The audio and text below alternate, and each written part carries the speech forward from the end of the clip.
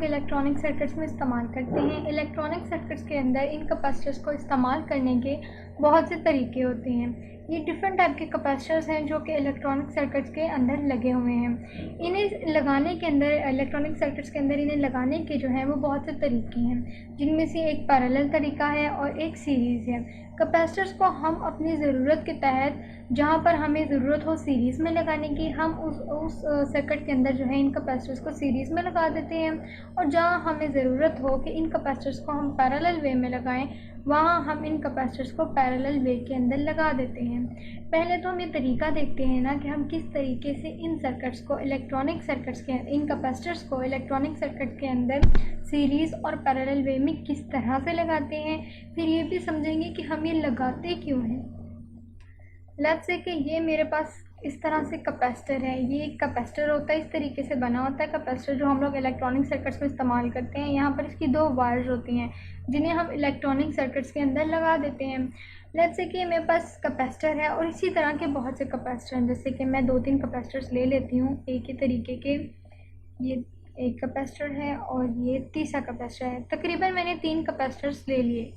आप समझ लीजिए कि तीनों कैपेसिटर जो हैं वो इक्वली साइज़ के हैं। इसका भी साइज़ थोड़ा सा इक्वल कर लेना चाहिए ताकि तीनों जो हैं वो बराबर ही लगे।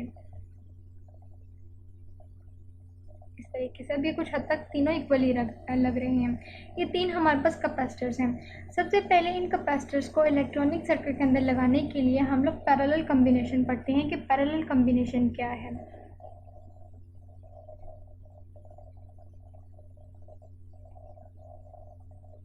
पैरेलल कॉम्बिनेशन में हमारे पास ये होता है कि हम बहुत से कैपेसिटर्स को पैरेलल वे में जोड़ लेते हैं। जैसे कि लेट्स से कि ये एक कैपेसिटर था, इसे पकड़ा, इसके साथ मैंने वायर्स लगा दी इस तरीके से। इसके साथ 2 वायर्स लगा दी, ये 2 इसकी नॉब होती है, इनके साथ मैंने 2 वायर्स लगा दी। ये हमारा कैपेसिटर था।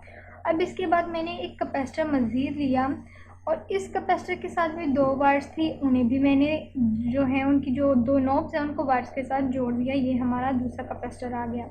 ये मेरे पास एक तीसरा कैपेसिटर है जिसकी मज़ीद 2 तारें जो नॉब बाहर निकली होती हैं उन्हें मैंने वायर से इस तरीके से जोड़ दिया। ये हमारे पास तीसरा कैपेसिटर आ गया।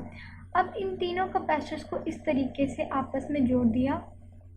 इस तरीके से इस वायर से आप देख लीजिए कि इस वायर से इस तरीके से जोड़ दिया तीनों तरफ से, यानी कि इस तरफ से भी और इस तरफ से, दोनों तरफ से इस तरीके से हम लोगों ने जोड़ दिया। और उसके बाद इन तीनों कैपेसिटर्स को एक बैटरी से, लेट्स से कि मेरे पास कोई तकरीबन 6 वोल्ट की बैटरी है, उस 6 वोल्ट की बैटरी के साथ मैंने इन कैपेसिटर्स को इस तरीके से कनेक्ट कर दिया। अब जितना वोल्टेज इस बैटरी का है उतना ही वोल्टेज इस कैपेसिटर के ऊपर भी आएगा, उतना ही वोल्टेज इस कैपेसिटर के ऊपर भी आएगा और उतना ही वोल्टेज इस कैपेसिटर के ऊपर आएगा। अगर मैंने 6 वोल्ट की बैटरी लगाई है तो पैरेलल कॉम्बिनेशन का फ़ायदा ये होता है कि पैरेलल कॉम्बिनेशन में कैपेसिटर्स को पैरेलल वे में इस तरीके से, यानी कि एक ही वायर से नहीं बल्कि डिफरेंट, इनको आगे पीछे इस तरीके से जोड़े जाते हैं कि इनका जो कनेक्शन है वो एक नहीं रहता। कनेक्शन एक नहीं रहता, इस तरह से आगे पीछे इस तरह से कनेक्ट होते हैं। इन्हें हम लोग पैरेलल वे कहते हैं, पैरेलल कॉम्बिनेशन कहते हैं। पैरेलल कॉम्बिनेशन इसलिए कहते हैं कि एक से ज़्यादा हम लोग कैपेसिटर्स इस्तेमाल कर रहे होते हैं तो उनका एक कॉम्बिनेशन बन जाता है, और वो कॉम्बिनेशन चूँकि पैरेलल वे में होता है इसलिए हम लोग इसे कहते हैं कि ये पैरेलल कॉम्बिनेशन है कैपेसिटर्स को इलेक्ट्रॉनिक सर्किट्स के अंदर कनेक्ट करने का। मैंने बात की है 6 वोल्ट बैटरी की। अगर मैं इन तीनों कैपेसिटर्स को वायर्स के साथ कनेक्ट करके एक 6 वोल्ट की बैटरी के साथ लगा दूं तो इस कैपेसिटर के ऊपर भी अब जो वोल्टेज है वो 6 वोल्ट आ जाएगा, इसके ऊपर भी 6 वोल्ट और इसके ऊपर भी 6 वोल्ट। यानी कि पैरेलल कॉम्बिनेशन का फ़ायदा हमारे पास ये होता है कि पैरेलल कॉम्बिनेशन में हम कैपेसिटर्स को जब कनेक्ट करते हैं बैटरी से तो जितनी उस बैटरी की वोल्टेज होती है उतना ही वोल्टेज हर कैपेसिटर के ऊपर आता है। ये नहीं होता कि इसके ऊपर 2 आ गया, इसके ऊपर 3 आ गया, इसके ऊपर 1 तो 6 पूरा, ऐसे नहीं होता।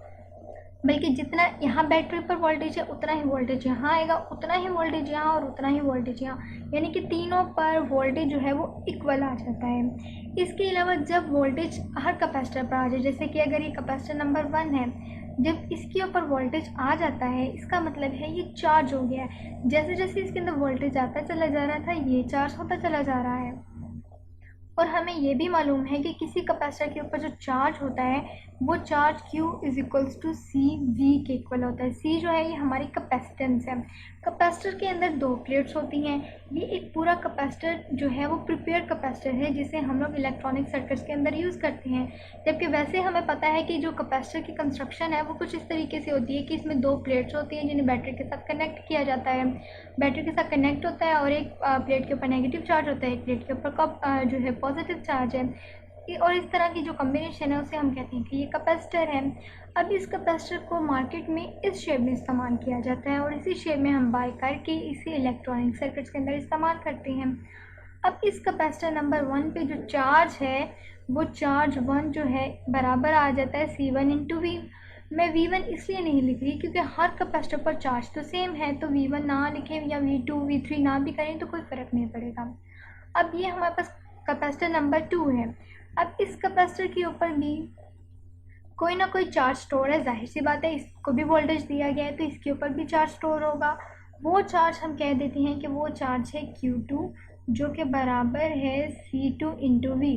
सिमिलरली इस कैपेसिटर पर भी चार्ज आ जाएगा जो कि Q3 है और ये C3 इंटू वी के इक्वल आ जाता है।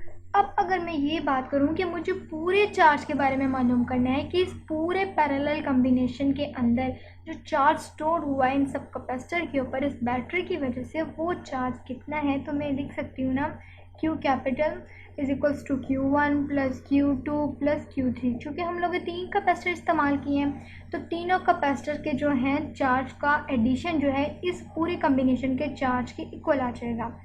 अब अगर मैं ये बात करूँ कि ये Q ऐसे ही और Q1 की जगह में C1 into V plus C2 into V plus C3 into V लगा लूँ तो इससे कोई फ़र्क नहीं पड़ेगा क्योंकि मैंने चार्जेस की वैल्यू पुट कर ली है। अब तीसरी बात हमें ये भी पता है, जैसे कि मैंने अभी बात की कि पैरेलल कम्बिनेशन के अंदर वोल्टेज सेम रहता है, तो अगर मैं इस वोल्टेज को कॉमन ले लूँ तो अंदर मेरे पास C1 plus C2 plus C3 रह जाएगा इस ब्रैकेट के अंदर और यहाँ पर Q। अब Q के नीचे अगर मैं V को डिवाइड कर दूँ तो Q बाई V जो है वो C1 plus C2 plus C3 के इक्वल आ जाता है। ये मैंने जो थोड़ा सा काम किया है ये इसलिए किया है, थोड़ा सा प्रूफ इसलिए किया है ताकि मेरे पास Q बाई V की जो एक फॉर्म आ जाए। अब ये Q बाई V को जो है हम कैपेसिटर के इस पैरेलल जोड़ को सर्किट्स में इसकी एक मसावी कैपेसिटेंस जो कि है CE इक्विवेलेंट कैपेसिटेंस इसे बोला जाता है, जो कि Q डिवाइडेड बाई V के इक्वल है, इससे चेंज कर दिया जाता है सर्किट में इस चीज़ को, यानी कि सर्किट्स के अंदर इस चीज़ को हम CE से रिप्लेस कर देते हैं। तो अब हमारे पास जो CE है वो C1 plus C2 plus C3 आ जाता है। तो इस तरीके से हम कैपेसिटर्स के अंदर अगर वो पैरेलल कम्बिनेशन में है तो उनकी इक्विवेलेंट कैपेसिटर भी मालूम कर लेते हैं। अब इन इक्विवेलेंट कैपेसिटर में सिर्फ अभी यहाँ पर तो हम लोगों ने 3 कैपेसिटर्स यूज़ किए, लेकिन अगर बड़े लेवल पे जाएँ तो इलेक्ट्रॉनिक सर्किट्स के अंदर बेशुमार कैपेसिटर्स इस्तेमाल किए जाते हैं। तो वहाँ पर इनकी जो तादाद है वो C3 से बढ़कर N तक चली जाती है, जितने कैपेसिटर्स हम लोग इस्तेमाल करते हैं, क्योंकि N रिप्रेजेंट करता है ना कि कितने हम लोगों ने जो है कैपेसिटर इस्तेमाल किए हैं। ये 1 भी हो सकता है, 2 भी, 3 भी एंड सो ऑन चलता चला जाएगा जितने कैपेसिटर्स आप इस्तेमाल करेंगे। पैरेलल कम्बिनेशन का एक फ़ायदा तो ये होता है कि हम लोगों को वोल्टेज जो है इक्वल हर कैपेसिटर के ऊपर आ जाता है, यानी कि जितना वोल्टेज आप बैटरी को देंगे उतना ही वोल्टेज हर कैपेसिटर के ऊपर आ जाता है। दूसरी बात ये, पैरेलल कम्बिनेशन में इक्विवेलेंट कैपेसिटर जो है वो हमेशा कैपेसिटर की जो है इन चीज़ों से बड़ी होती है, यानी कि कैपेसिटर की जो सम है उनसे हमेशा इक्विवेलेंट कैपेसिटर ग्रेटर होती है। अगर आपके पास कोई 2 कैपेसिटर हैं, कैपेसिटर की पावर को हम लोग इस तरह से लिखते हैं ना कि लेट्स से मैं इस तरह से बता देती हूँ कि लेट्स से कि C1 जो है मेरे पास 2 माइक्रोफैरड है या C2 जो है मेरे पास वो 6 माइक्रोफैरड है। अब अगर मुझे कहे कि कोई कहे या आप ही कहते हैं कि इक्विवेलेंट कैपेसिटर बताइए अगर ये दोनों पैरेलल कम्बिनेशन में जुड़े हैं, तो मुझे सिंपल सा ये हल करना पड़ेगा कि C1 प्लस C2।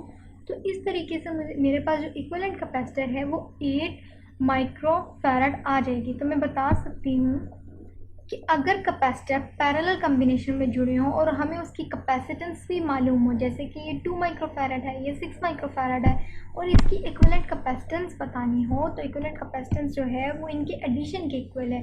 तो इस तरह से इक्विवेलेंट कैपेसिटर जो है वो हमेशा इनके सम से जो है वो ग्रेटर है। मतलब कि इनके सम से कहने का मतलब ये है कि जो हमारी इक्विवेलेंट कैपेसिटर है वो ग्रेटर है C1 से, इक्विवेलेंट कैपेसिटर है ग्रेटर देन है जो हमारा C2 है उससे भी, यानी कि इक्विवेलेंट कैपेसिटर हमारी हमेशा ज़्यादा आती है। और इक्विवेलेंट कैपेसिटर जो है वो हमारे सारे कैपेसिटर की जो पावर, जो उनकी कैपेसिटेंस है उनके सम की इक्वल आती है। तो ये तो कैपेसिटेंस को सीरीज़ में वो पैरेलल कम्बिनेशन में जोड़ने का एक तरीका था कि पैरेलल कम्बिनेशन में या पैरेलल वे में किस तरह से कैपेसिटर्स को हम लोग इलेक्ट्रॉनिक सर्किट्स में कनेक्ट करते हैं। लेकिन बाज़ जगह इलेक्ट्रॉनिक सर्किट्स में हमें कैपेसिटर्स को कनेक्ट करने के लिए सीरीज़ का तरीका इस्तेमाल करना पड़ता है। अब सीरीज़ कम्बिनेशन के बारे में पढ़ते हैं कि ये सीरीज़ कम्बिनेशन क्या है। सीरीज़ कम्बिनेशन, सीरीज़ कम्बिनेशन में हमारे पास होता ये है कि हमारे पास यहाँ पर भी डिफरेंट कैपेसिटर होते हैं। जैसे कि ये यहाँ पर भी मैं 3 ही कैपेसिटर ले लेती हूँ ताकि आसानी से समझाया जा सके। ये कैपेसिटर 1, ये 2 और ये हमारे पास तकरीबन तीसरा कैपेसिटर। ये 3 कैपेसिटर हैं हमारे पास। इन्हें अगर सीरीज़ वे में जोड़ना हो तो बहुत आसान सा तरीका है। इन तीनों कैपेसिटर्स को जो है हम लोग बैटरी से इस तरीके से कनेक्ट कर देते हैं, इस तरीके से, और दरमियान में इनकी वायर्स को भी कनेक्ट कर दें। मतलब कि सीधा सीधा कनेक्ट करना पड़ता है, हमें बिल्कुल एक ही तार से सबको जोड़ना पड़ता है। सिर्फ इसमें 2 कनेक्शन आते हैं, यहाँ से लेके बैटरी के नेगेटिव टर्मिनल से एक कैपेसिटर को जोड़ दिया और यहाँ से लेकर इस वे से यहाँ तक जो है पॉजिटिव वे में जोड़ दिया, यानी कि सिर्फ एक कनेक्शन आता है। जबकि पैरेलल वे में हमें 3 कनेक्शन पड़ते हैं, तकरीबन देखा जाए तो शायद 3 ही पड़ते हैं। ये देखें, पहले इस तरह से जोड़ा, फिर ये हमारे पास तकरीबन दूसरा कनेक्शन आ गया, फिर ये हमारे पास तीसरा कनेक्शन आ गया और देन इसके बाद हम लोगों ने इसको बैटरी से कनेक्ट किया। तो यहाँ पर बहुत ज़्यादा कनेक्शंस आ जाते हैं, जबकि हमारे पास जो सीरीज़ का तरीका है उसमें सिर्फ एक कनेक्शन आता है। हमें तीनों को साथ रख के आपस में जोड़ना पड़ता है और बिग बैटरी से जोड़ देते हैं। ये कैपेसिटर नंबर 1, ये कैपेसिटर नंबर 2, ये कैपेसिटर नंबर 3। जब सीरीज़ में हम कैपेसिटर को जोड़ते हैं, जैसे कि यहाँ पर भी जो बैटरी की पावर है, जो बैटरी की जो है वो उसका पोटेंशियल डिफरेंस वो 6 वोल्ट है। यहाँ पर भी हम लोगों ने 6 वोल्ट की बैटरी इस्तेमाल कर ली। अब कैपेसिटर्स को सीरीज़ वे में जोड़ने का, सीरीज़ कम्बिनेशन का जो सबसे बड़ा फ़ायदा है वो ये होता है कि इसमें जो वोल्टेज है चेंज हो जाता है। वोल्टेज हर कैपेसिटर के ऊपर चेंज हो जाता है और जो चार्ज है Q वो सेम रह जाता है। यानी कि जब हमें इलेक्ट्रॉनिक सर्किट्स के अंदर इस तरह की रिक्वायरमेंट दी गई हो कि आपने कैपेसिटर को इस तरीके से जोड़ना है कि हर कैपेसिटर के ऊपर जो चार्ज है वो सिमिलर हो, एक जैसा ही हो, तो आप इसको सीरीज़ में जोड़ लेंगे। अगर आपसे आपका एग्जामिनर या जिस जगह भी आप काम कर रहे हैं, जिस भी इंडस्ट्री में, वहाँ पर आपसे ये रिक्वायरमेंट है कि जो इलेक्ट्रॉनिक सर्किट्स है उसके अंदर आपने कैपेसिटर को इस तरीके से जोड़ना है कि हर कैपेसिटर के ऊपर जो वो वोल्टेज है वो सेम रहे, तो आप उसको पैरेलल वे में जोड़ देंगे। अब इस सिचुएशन में लेट्स से कि हमारे पास ये रिक्वायरमेंट है कि चार्ज जो है वो सेम होना चाहिए हर कैपेसिटर पे, तो मैंने इसे सीरीज़ कम्बिनेशन में जोड़ दिया।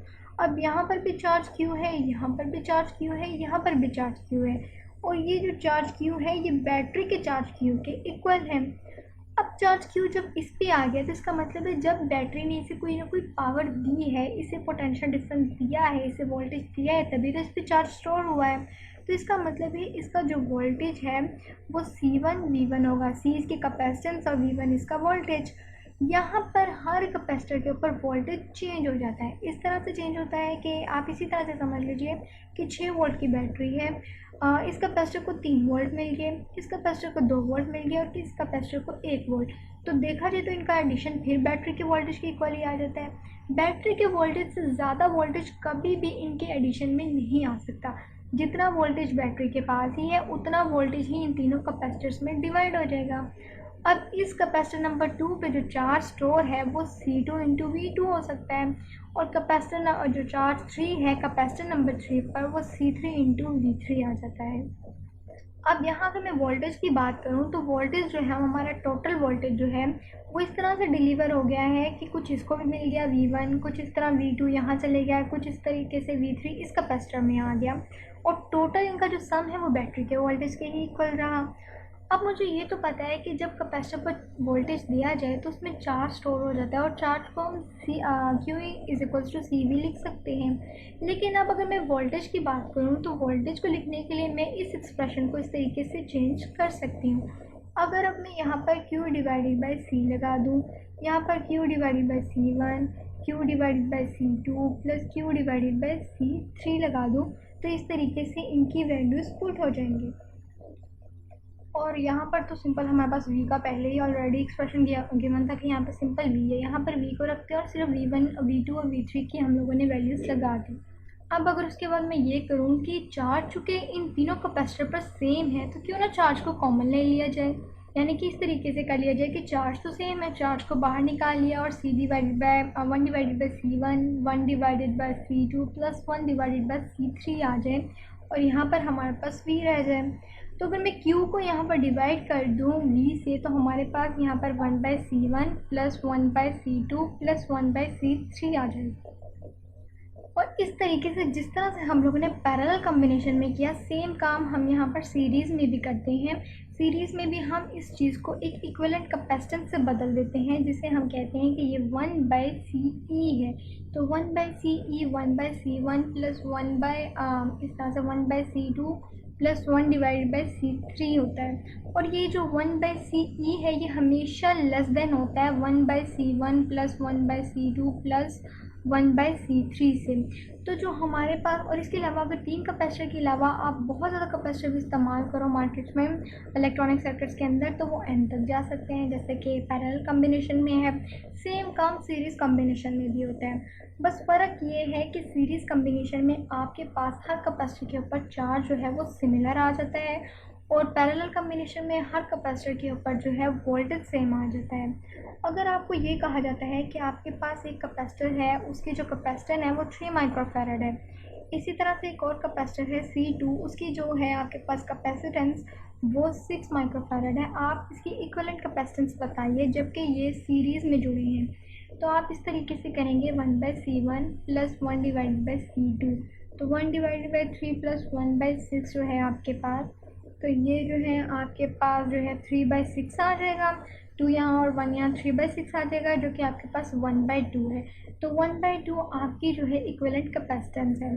तो इस तरीके से आप सीरीज़ में और पैरेलल कॉम्बिनेशन में इक्विवेलेंट कैपेसिटेंस भी मालूम कर सकते हैं। और इस तरीके से कैपेसिटर्स को सीरीज़ और पैरेलल वे में इलेक्ट्रॉनिक सर्किट्स के अंदर हम लोग इस्तेमाल करते हैं। ये डिफरेंट टाइप के कैपेसिटर्स ही हैं, जिनमें से इसको हम लोगों ने सीरीज़ में लगाया हुआ है। इस तरह से ये 2 कैपेसिटर्स हैं जिन्हें हम लोगों ने पैरेलल में लगाया हुआ है। ये भी कैपेसिटर्स है जिन्हें सीरीज़ और पैरेलल कॉम्बिनेशन में लगाया है। तो इस तरीके से आप जो है इन कैपेसिटर्स को इलेक्ट्रॉनिक सर्किट्स के अंदर इस्तेमाल करते हैं।